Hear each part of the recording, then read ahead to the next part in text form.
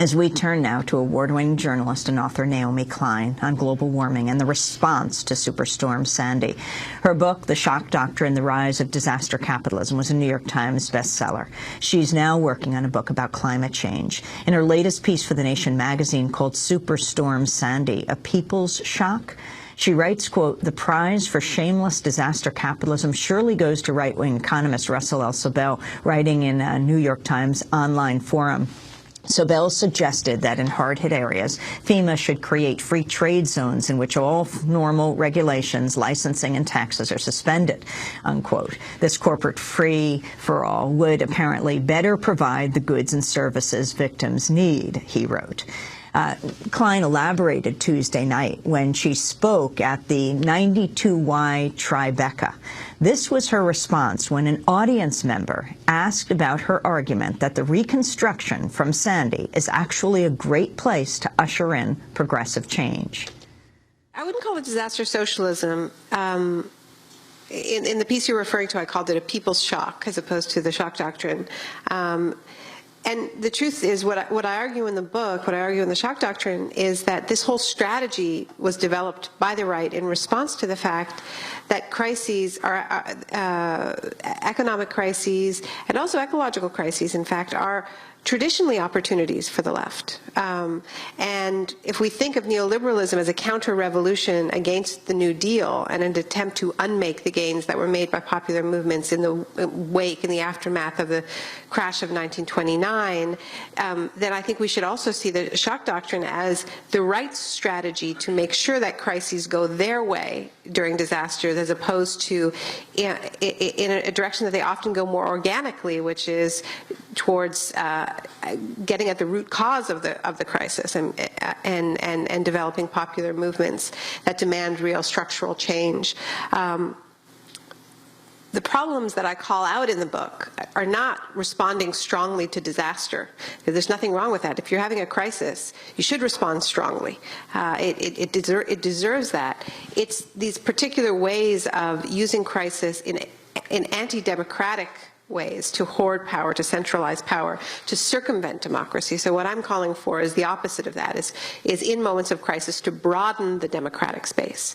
And I think thinking about how a community responds after a disaster like Sandy, it's a great example, because often what you have are very elite-driven reconstruction processes.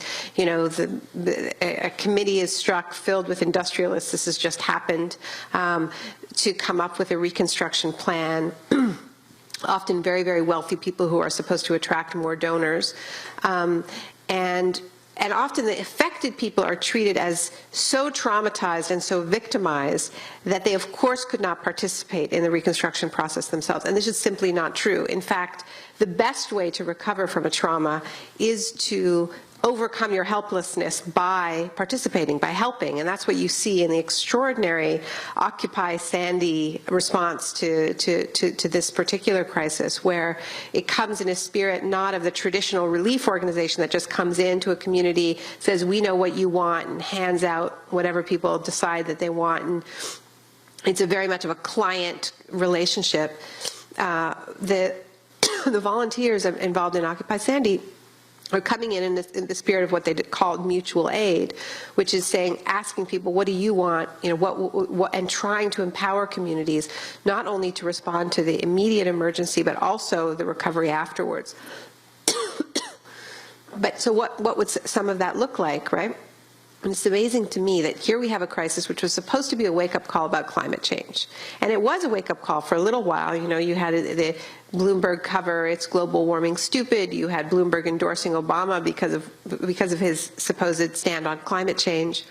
But yet when we think about reconstruction, we're talking about, you know, how to hold back the next storm, not how to prevent the storms from continuing to escalate.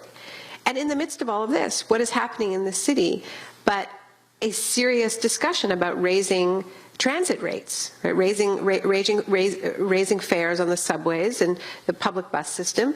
What should be happening in response to that? You talk about confidence, and the confidence that we should be gaining from finding out that we were right is saying, not only do you not want fare increases, but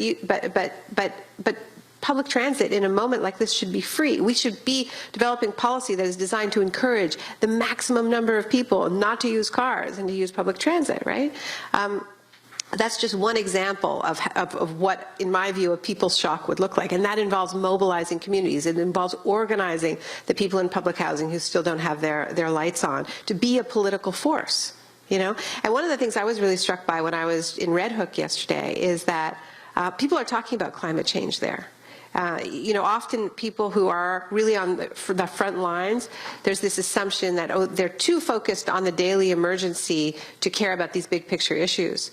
People were bringing up climate change unsolicited with me again and again and again and saying things like, we don't just want the lights on. Wouldn't it be kind of nice if we had solar power so that we didn't have, you know, storms, you know, threatening us next year and the year after and the year after? And the truth about climate change is that we're locked into a certain amount of climate change in the years to come, but we absolutely have a very small window to try to avoid catastrophic climate change. And we've gotten a taste of what we're looking for, and it's pretty looking forward to, and it's pretty scary.